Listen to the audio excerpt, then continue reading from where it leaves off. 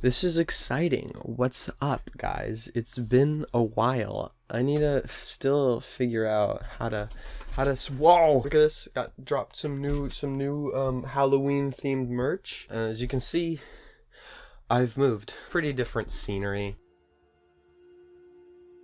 Art is not always a happy, fun little activity that people do. To me, and to many others, art comes from a very deep and troubled part of the human mind and is important to acknowledge and appreciate, and I just like it a lot and I find it interesting. So, because it is October, I thought that we could go over some artists that I find very fascinating, who I would consider to make dark art.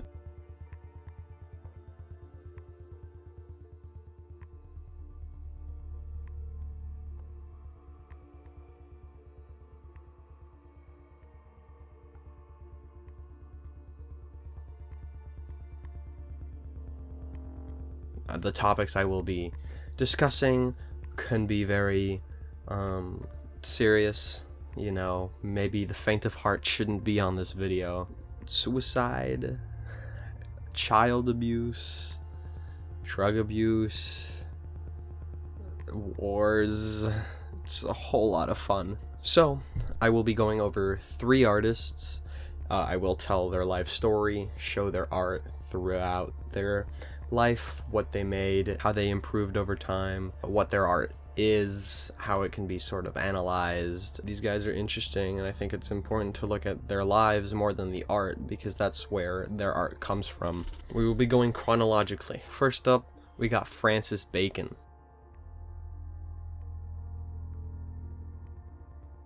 Francis Bacon, born October 28, 1909, is an Irish-born British painter. He grew up kind of all over the place, mainly in London, France, and Berlin. He was a very shy kid, and a lot of it he attributed to his asthma, and described his life as cold and hard. His father, a racehorse trainer, disapproved of his homosexual tendencies and made his life much, much harder. For example, making his stable boys whip his son. There's a lot more traumatic things that occurred in his early life that, I mean, I could go more into, but I don't think is super necessary. As a sort of brief, kind of PG overview of it, he was basically a masochist and was in love with his father. Sexually. Anyways, eventually he got kicked out by his father from the house and began living with his father's friend. That's weird. He moved around a bit during this time. Specifically in Berlin, he was finally enlightened, really was able to discover his sexual attraction towards males, and was just sort of living his life. And then he moved to Paris, where he saw a Picasso exhibit and was enlightened once more, but this time in the field of art.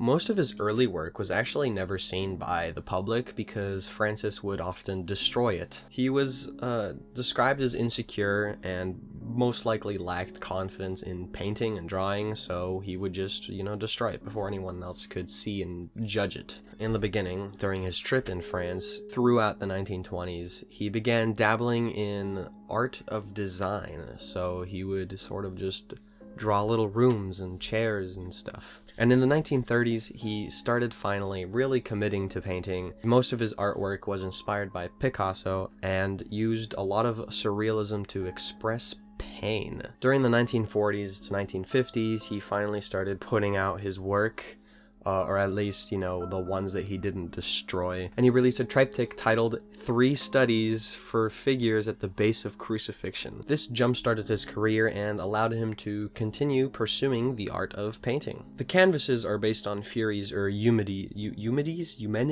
which are female underworld deities of vengeance in Greek mythology. They're part of a trilogy of tragedies written by Aeschylus? No, that can't be right. That name, I don't know. The pieces depict 3 distorted anthropomorphic creatures against a dirty orange background, all seeming to be in pain, laying very clearly in the center of the canvas. A lot of the public's reaction to these paintings were negative, although it definitely stood out and had established him as a true artist. Most of his art during this time period consisted of uncanny valley type creatures and figures who were almost always humans. A lot of the time he used his friend and sexual partner, George Dyer, by the way, was a very odd relationship, as a sort of model for him in his paintings, usually using darker, dirtier colors, mainly orange, red, and shades of black and white. Most of the time the figures will have their mouths open, as if in screaming in pain. This guy's such a fun guy. Francis also had this weird obsession with a portrait titled Portrait of Innocent X by Diego Velázquez. He had created over 30 paintings based off of this portrait, which depicted a pope sitting on a chair. Francis loved risk. He loved to drink and to gamble. He was a very unpredictable and unstable person.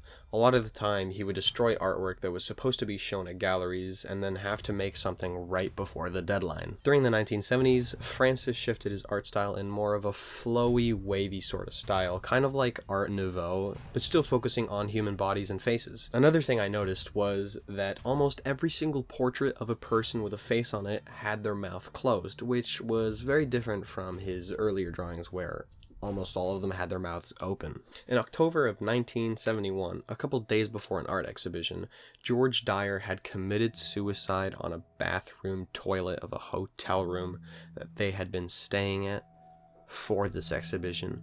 They ended up leaving the body there overnight in order to continue the event. So, a little bit of a weird move. Francis continued to paint George no longer as a model, but more as a sort of memory of him, including one painting of him sitting on a toilet leaning over. It was literally a painting of the position that George Dyer was in when Francis had found him. During the 1980s, Francis focused more on portraits and self-portraits. He had also reached the height of his fame, traveling all around the world to exhibit his art. During the early 1990s, Francis's health had slowly been getting worse, yet he did not stop painting. Let's go, Francis. In the spring of 1992, Francis had traveled to Spain to see his lover, José Capello, and he passed away from a heart attack while he was there, which kind of sucks, I'm not gonna lie. Francis lived a very, very disturbing life, and luckily for us, he was able to put this pain onto a canvas and have the world view it. Apart from his paintings, this guy's life was fucking insane. He gambled constantly, hosting parties. At one point, he lived with his childhood nanny in a large studio apartment building, and just like all the walls and furniture were torn and destroyed, and it was just completely chaotic. And this nanny, by the way, was blind and slept on the kitchen table. His art was really the first time people had seen disturbing or violent art. Many people described his art as an outlet for pain. His art was truly just an embodiment of the disturbing part of his mind. Yay, new guy. Zdzisław Zdzisław Beksiński. Probably fucked it up. My bad, Polish people. Beksiński is a Polish painter born February 24th, 1929 in Sanok, Poland. He lived in a very large Jewish community and had experienced many of the horrors of World War II. After the war, Beksiński began dipping his toes into the world of photography. He went on to study architecture in Krakow in 1955, where he returned home, worked as a construction site supervisor and bus designer. He disliked both jobs and started to find his passion for art once more, photographing part-time. A lot of his work at this time consisted of out-of-focused or obscured subjects, desolate landscapes, and rough, grainy imagery. When photographing subjects, he would make them unfamiliar to the viewer, blocking out the face and distorting the body. A notable photograph from this time period is called Sadist's Corset, where a woman facing away from the camera is tightly wrapped in rope and distorted by an object in the foreground. This was completely against the norm at the time. The woman is posed in a very non-sexual manner, with not a whole lot of symmetry, and there's like no geometrical patterns. You can see that even his early work had this theme of a frightening expressionist world with heavy hints of surrealism. During the 1960s, Beksiński began to paint, dropping photography completely, saying it was a restrictive outlet for him. This is when he went batshit crazy and began making some of the best oil paintings I've ever seen in my life. He is definitely one of the most notable expressionist, surrealist artists ever. He and many others call this period of time the Fantastic Period, which lasted up until the mid-1980s. He mainly created oil paintings, although occasionally he would dabble in acrylics. He never went to museums for inspiration and did not look up to or admired any other artist. He tries to paint as if he was photographing his dreams. He leaves almost all his work untitled and believed that none of his work had any real meaning to it and just left it to us, the viewers, to interpret what it meant. Although I really enjoy the idea of letting people interpret art in their own way, I can't help but think that his art isn't just meaningless and definitely comes from some part of his mind. Probably anxiety, stress, maybe even like PTSD or something. For example, the color blue in his paintings is believed to have some sort of significance. During World War II, the Nazis would use Cyclone B, which was a deadly pesticide, in gas chambers, to murder millions of people. Zyklon B consisted mainly of hydrogen cyanide, or prussic acid. This same chemical is used in paint to create the color Prussian blue. The difference is that the paint won't kill you. It is also known that in some gas chambers there has been a blue residue left on the wall from this chemical. So I think it's pretty safe to assume that the color Prussian blue in his paintings isn't just some meaningless thing he put in there on a whim, but has some sort of significance from maybe his past experiences or traumas, or just from the knowledge of what happened during this time period. These weirdly familiar images give off the sense of distress, an uncanny valley.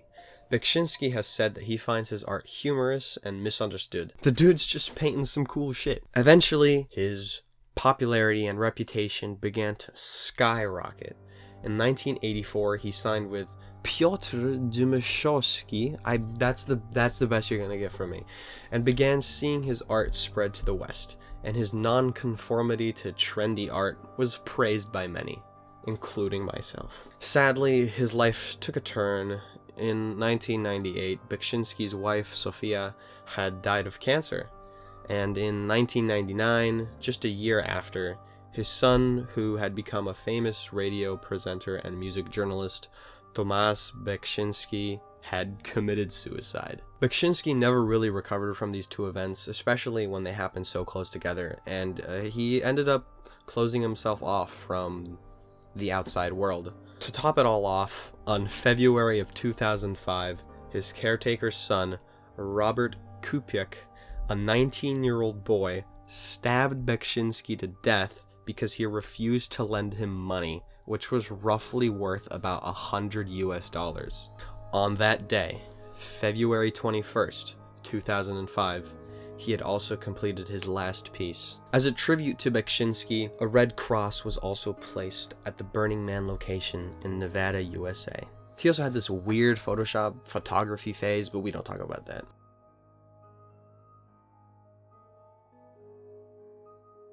Alright, now we got the last one, Chris Burden. This motherfucker is a performance artist, and he's fucking crazy. Born April 11th, 1964 in Boston, Massachusetts. He grew up most of his life in the US, France, and Italy.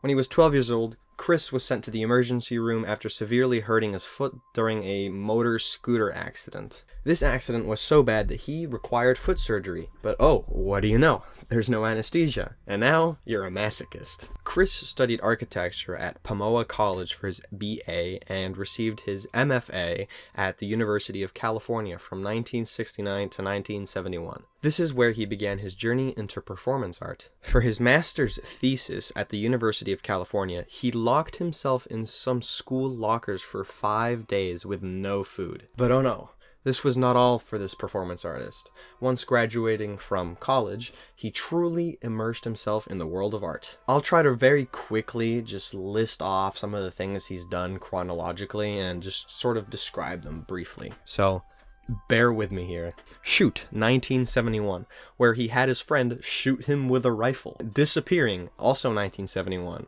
where he just disappeared for 3 days without telling anybody. Dead Man, 1972, where he laid on the floor under a canvas on a busy street until someone assumed he was a dead person and then called the police. TV hijack. Now, this one is crazy, alright? Chris went on the air for an interview and then held the interviewee at knife point midway through the interview. Luckily, no one was hurt. He didn't go to jail. The interviewee knew it was an art piece, so they sort of went along with it, and it was fine. Transfixed, 1974, where he nailed himself to the back of a Volkswagen Beetle. 15 of his friends were invited to watch, but were not told what would happen, so they completely went in not expecting this. They drove the car out of the garage door, onto the street, stationary, keeping the engine at full throttle for about 2 minutes. Doomed, 1975, where Chris laid under a pane of glass in a museum with no food or water until a staff employee would interfere. 45 hours and 10 minutes later, a museum worker places a pitcher of water at Burden's reach, at which point he arose, smashed the glass, and then ended the piece. These were his performance arts. Brief summary. Very chaotic, very crazy, very interesting. But by the end of the 1970s, Chris had switched to sculpting, sort of mellowing out a little bit, but still, pursuing art. Big Wheel, 1979. This was a sculpture where a large wheel gets spun by the back of a motorcycle wheel that sort of spins it around. This big wheel can exceed speeds of over 200 RPM or 60 miles per hour. And then, when the motorcycle stops, the wheel will still be spinning for about an hour and a half. Honest Labor, 1979. Now this one is really fascinating. He just dug a large ditch. A Tale of Two Cities, 1981. Just a large miniature world. It's actually kind of cool. Samson, 1988.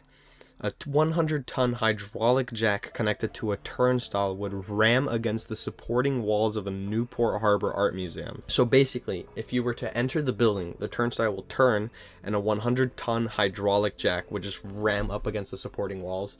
So once enough people would enter, it would eventually collapse. It eventually got removed from the fire department due to it blocking a fire exit. Medusa's Head, 1990.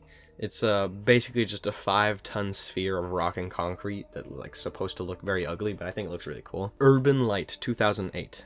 So Chris began collecting antique streetlights, 202 of them to be exact, and then placed them at the Los Angeles County Museum of Art. This is probably his most famous artwork, not because it was Chris Burden who did something insane, but just because people loved taking photos with it. It's a very Instagram-y place to take photos at. One of his most impressive sculptures is Metropolis 2, which took him 4 years to make and is based off of a frenetic modern city. Porsche with a Meteorite, 2013. I'm pretty sure you can guess what this is. Unfortunately, Chris was diagnosed with melanoma, the most serious type of skin cancer, and passed away 18 months later, on May 10th, 2015. Chris's life was definitely very chaotic. I think that his early work in performance art and really challenging his own body, challenging just the human body in general, shows that some people just take the risk and have this mental barrier removed from their heads. I don't know. I really just found what he did very, very interesting and crazy. Thank you guys so much for watching. Much appreciated. I know it's been a while since I've uploaded. I'm trying my best here, but junior year is really kicking me in the ass, and then I got senior year to deal with. It's gonna be a lot of fun. It's gonna be a lot of fun. But I've been very busy with friends and with schoolwork and with actual work and my living situation and all that.